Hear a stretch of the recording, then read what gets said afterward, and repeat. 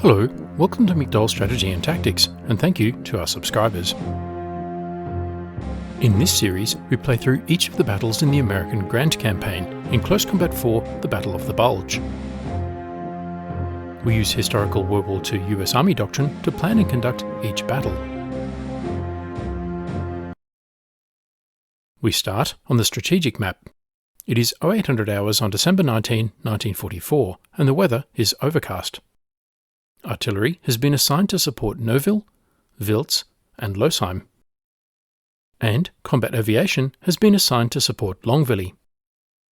The Americans are expecting 7 battles today. The next battle is at Baugnez between the US 14th Cavalry Group and the German Kampfgruppe Peiper from 1st Panzer Division. Yes, Kampfgruppe Peiper is back. Reports of their demise have been greatly exaggerated. Commander, you must hold this supply depot. Hold the high ground near the centre of the town and occupy the tallest building for the best lines of fire. On the US side is an American cavalry battle group from the 14th Cavalry Group, under command of Colonel Devane. It moves very fast and reserves are full. The company consists of 3 platoons. First platoon is mostly armoured cavalry, M8 Greyhounds and M20s. Second platoon is mostly recon scouts. And third platoon includes 2 anti-tank guns and 2 light tanks. The original squads retain their names and statistics. Let's rename the new squad off-camera for ease of reference. Now, let's review each of the squads. 1-1 is Bayer's 1st Platoon Headquarters Command Half-Track. 3-1 is Maddox's 3rd Platoon Headquarters. 2-1 is 2nd Platoon Headquarters.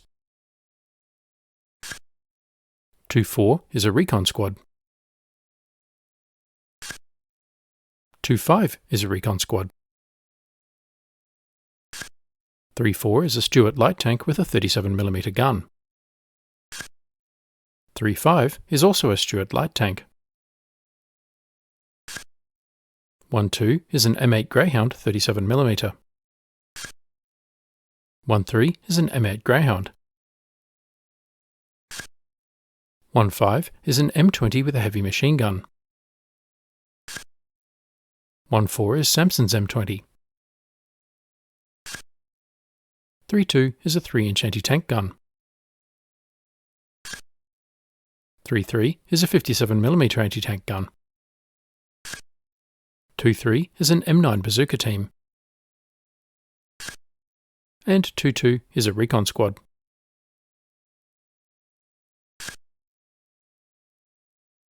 Next, let's look at the map and conduct a commander's estimate of the situation.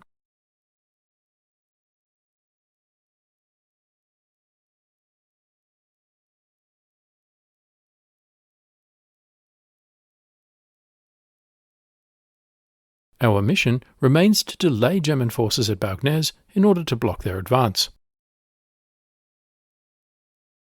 Baugnez is a tiny village consisting of a handful of buildings at a 5-ways crossroads. Roads lead east to Simmerath, southeast to Udenbrecht, south to Manschau, southwest to Saint-Vith, and west to Stavelot. The village is surrounded by open fields enclosed with wooden fences, with small woods and copses dotted around. There is high ground to the east, northeast, northwest, and southwest. In each case, a bare low hill. Observation and fields of fire are largely unobstructed across the open fields, with long sight lines down the roads.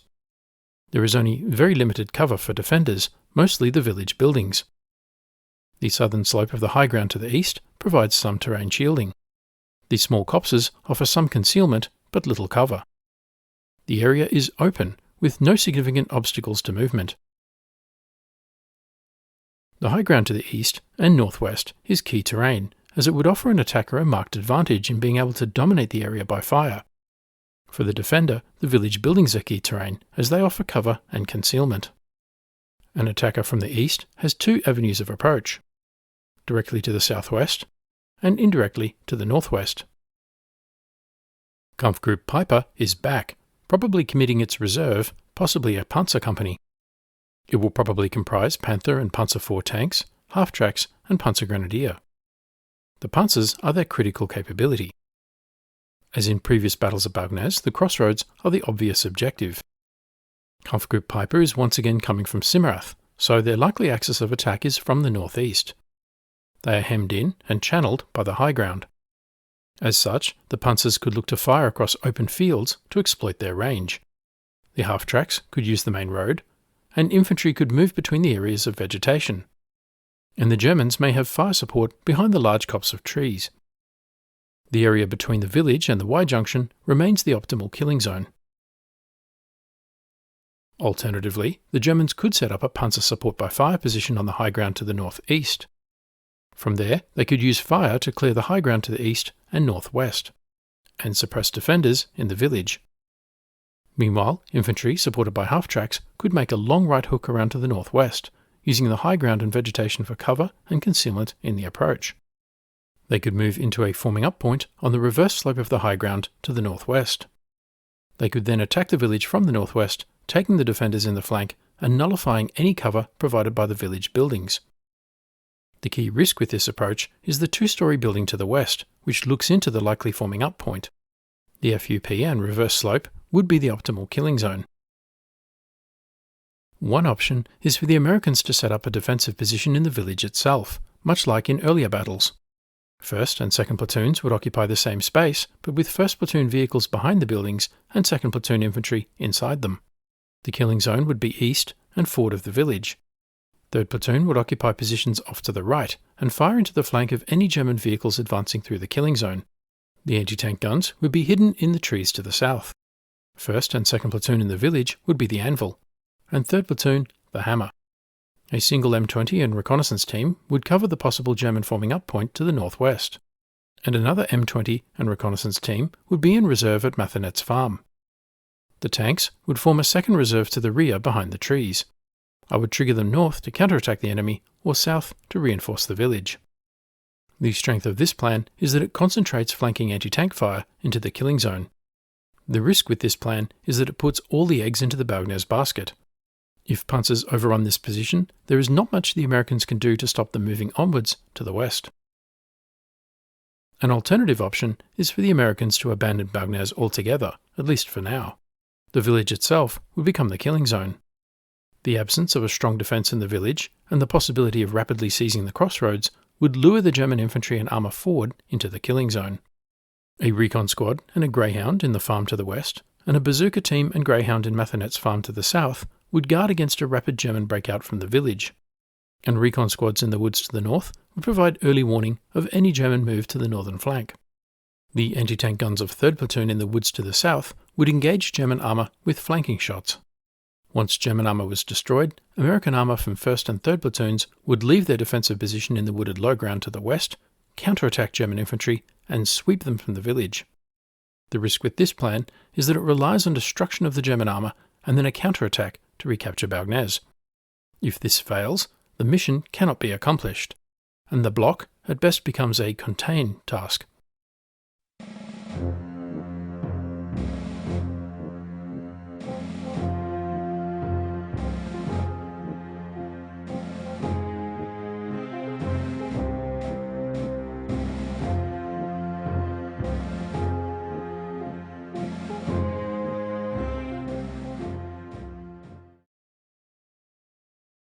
I have made my decision and have placed the platoons and squads in position. Let's check line of sight for the anti-tank guns. 3-2. Some keyhole shots. And 3-3.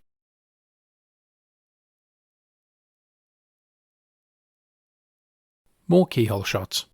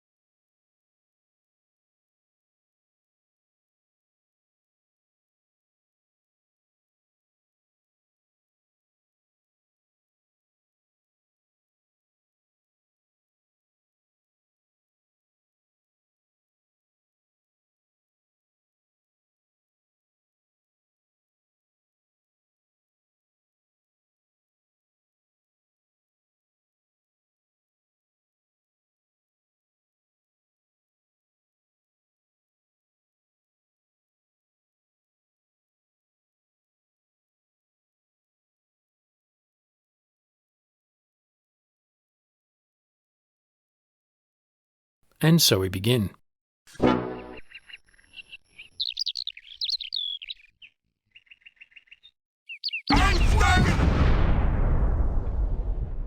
First to go is the Sonderkofferzug 251x2 8cm mortar carrier, too far forward of the front line.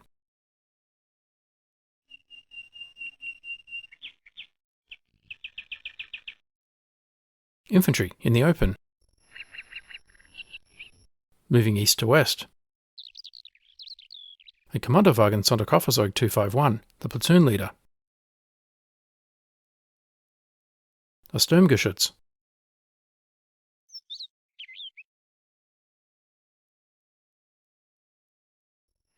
A Panther tank, probably the company commander's Befehlspanzer.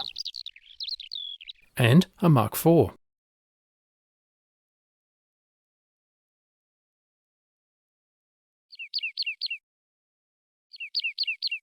This time, the Germans are leading with infantry to take the crossroads at Baugnez.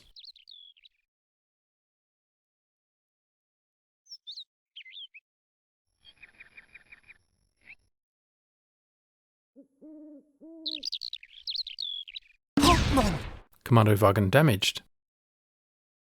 Feldwebel! Mark IV damaged. Schmeißt euch hin! And immobilized. The Sturmgeschütz pushes north of the village. Remember, we want them to take the bait, take the crossroads, and push the tanks through. The German infantry take the crossroads. A Sonderkofferzug 251x1 MG42. Moving to the high ground similar to the second assessed course of action, and in for a surprise.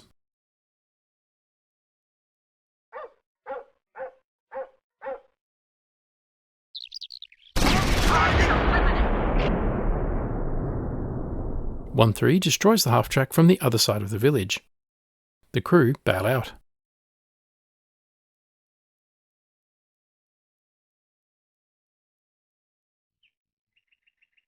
Nailed him!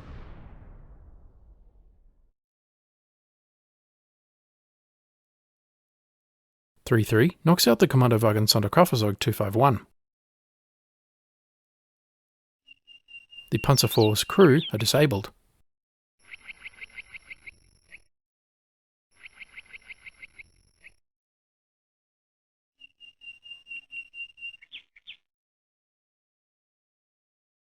Two Sturmgeschütz 7.5cm assault guns, a Panther, and an infantry platoon remain.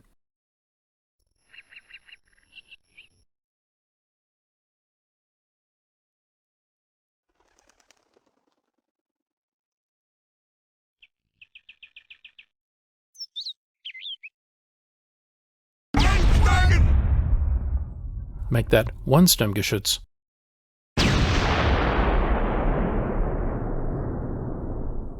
The crew bail out, and the vehicle cooks off. 3-2 engages the Befehlspanzer, which has occupied the crossroads.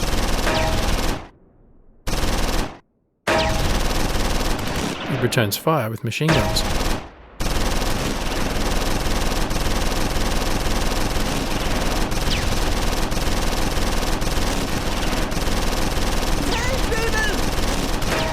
The second Sturmgeschütz damaged.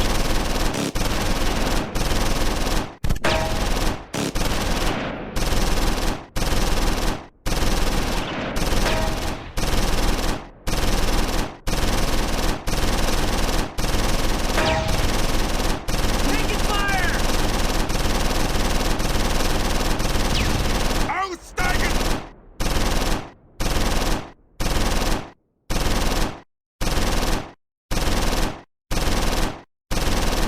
And the Panzer IV H 7.5cm abandoned.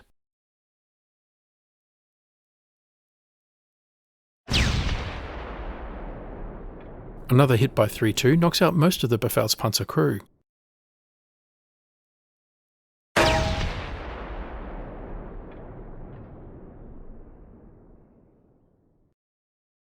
To the north, two Sturmgeschütz.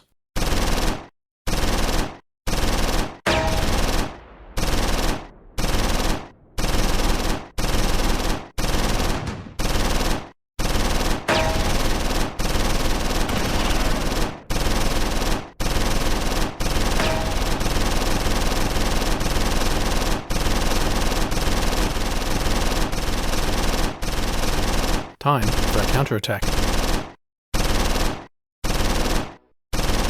1-2 Peralez's Greyhound, and 1-3 Miller's Greyhound.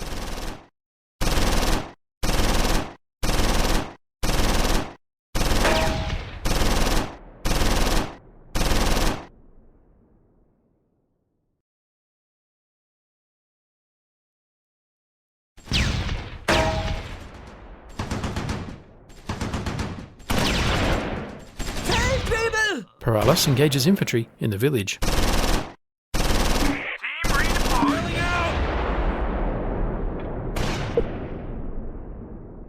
3-3 Duke's anti-tank gun is destroyed. The crew rush for cover.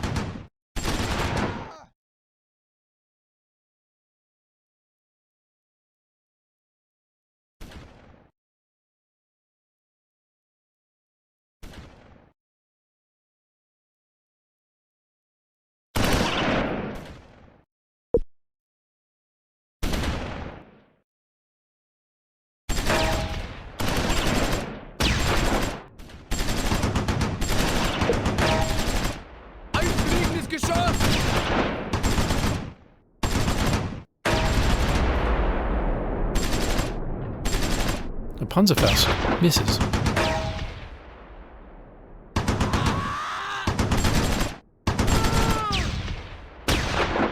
Peralez takes on the infantry in the open.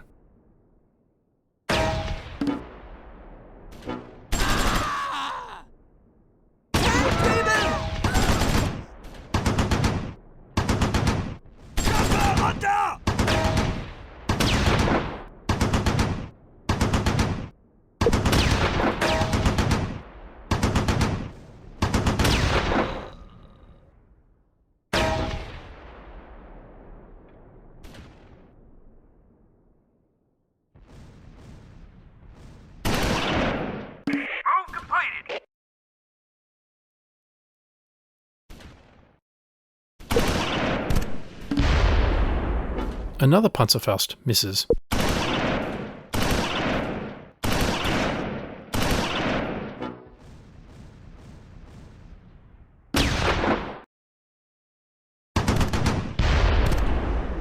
Ein fliegendes Geschoss!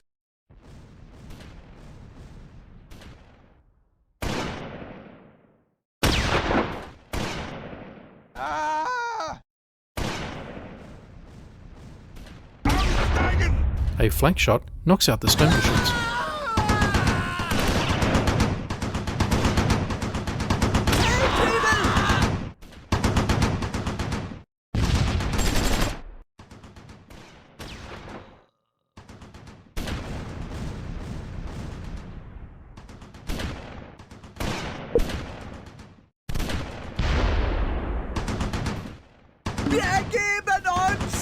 The heavy machine gun half-track crew surrender.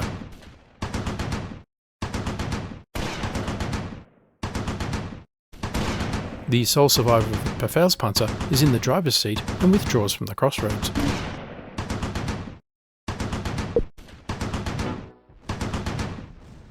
In position.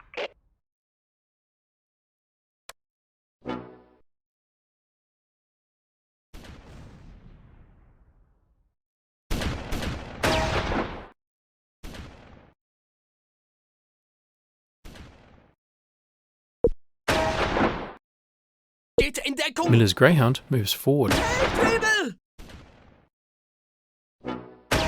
Flak in Peralez's Greyhound continues to fire into the rear of the Sturmgeschütz.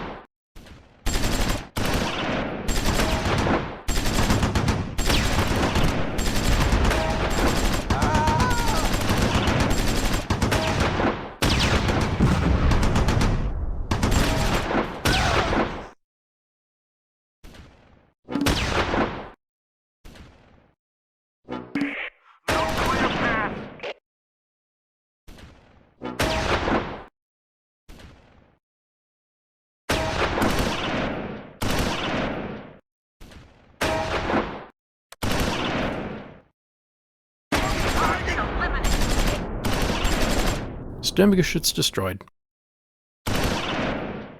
In position.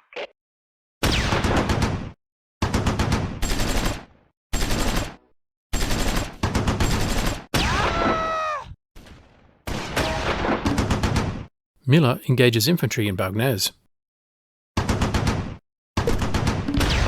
Miller's Greyhound is immobilized.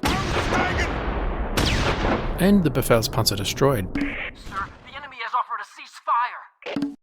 The Germans culminate. The battle is nearing its end. Time for the Stuarts to counterattack and wipe out another company from Kampfgruppe Peiper.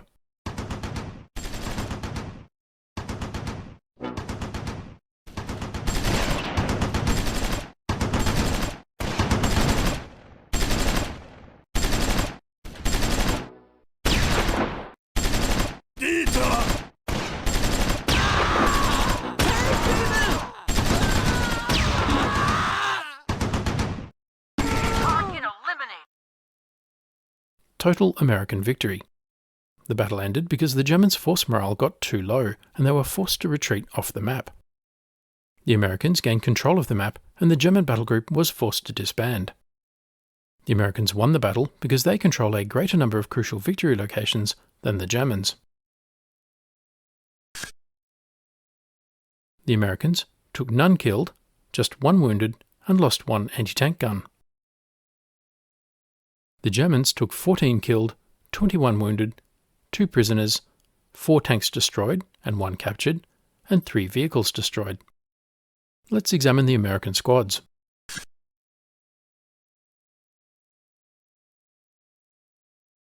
Perales is awarded the Silver Star for his leadership. Flak knocks out 2 tanks and is also awarded the Silver Star. And Levy knocks out 1 tank and receives the Bronze Star. Well done.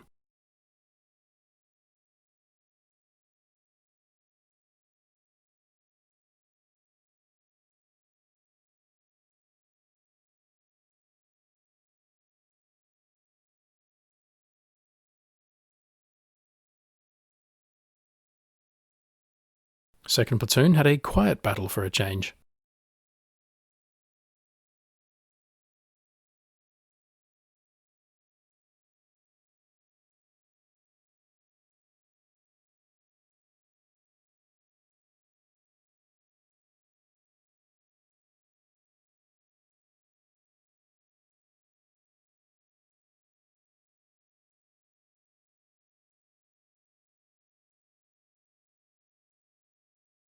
Corporal Rock and PFC Roy share credit for a half-track kill.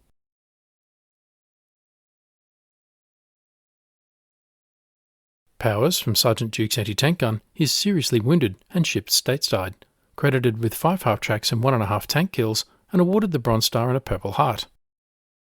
Duke and Powers share credit for a half-track kill, and Powers and Keith share credit for a tank kill.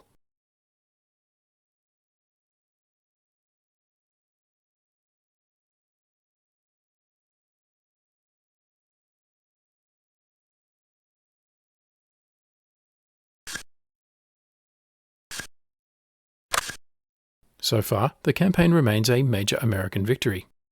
The Grand Campaign has 13 days remaining. Your defence of the Ardennes is progressing better than your historical counterparts.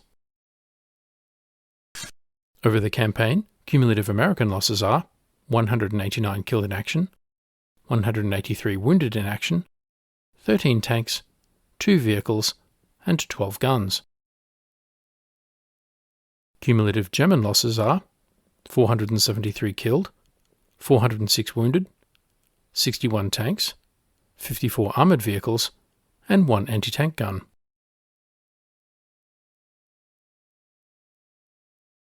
So, what did we learn? This battle illustrates the importance of constant adaptation and avoiding lazy thinking. So far in the campaign, we have fought over this little village on 4 separate occasions. On each occasion, the terrain is the same, and the enemy keeps bringing similar forces down 2 predictable avenues of approach. As such, it is tempting to simply apply the same battle plan to each new battle. After all, we keep winning.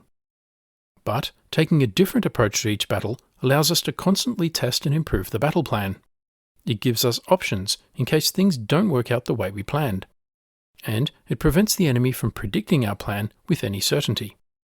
In the 3 previous battles, we have made the defence of Baugnez the centrepiece of the plan. In this battle, however, we applied a different battle plan.